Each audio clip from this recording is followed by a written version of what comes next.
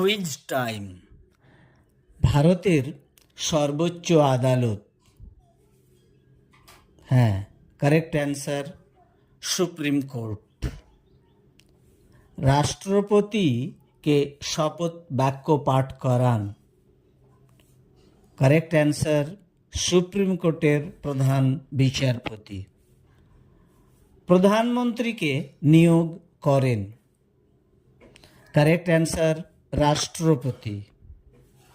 পরের কোয়েশ্চেন, ভারতের প্রথম রাষ্ট্রপতি ছিলেন ডক্টর রাজেন্দ্র প্রসাদ। সুপ্রিম কোর্টের প্রধান বিচারপতিকে শপথ বাক্য পাঠ করান, ভেরি গুড, রাষ্ট্রপতি। নেক্সট কোয়েশ্চেন, বর্তমান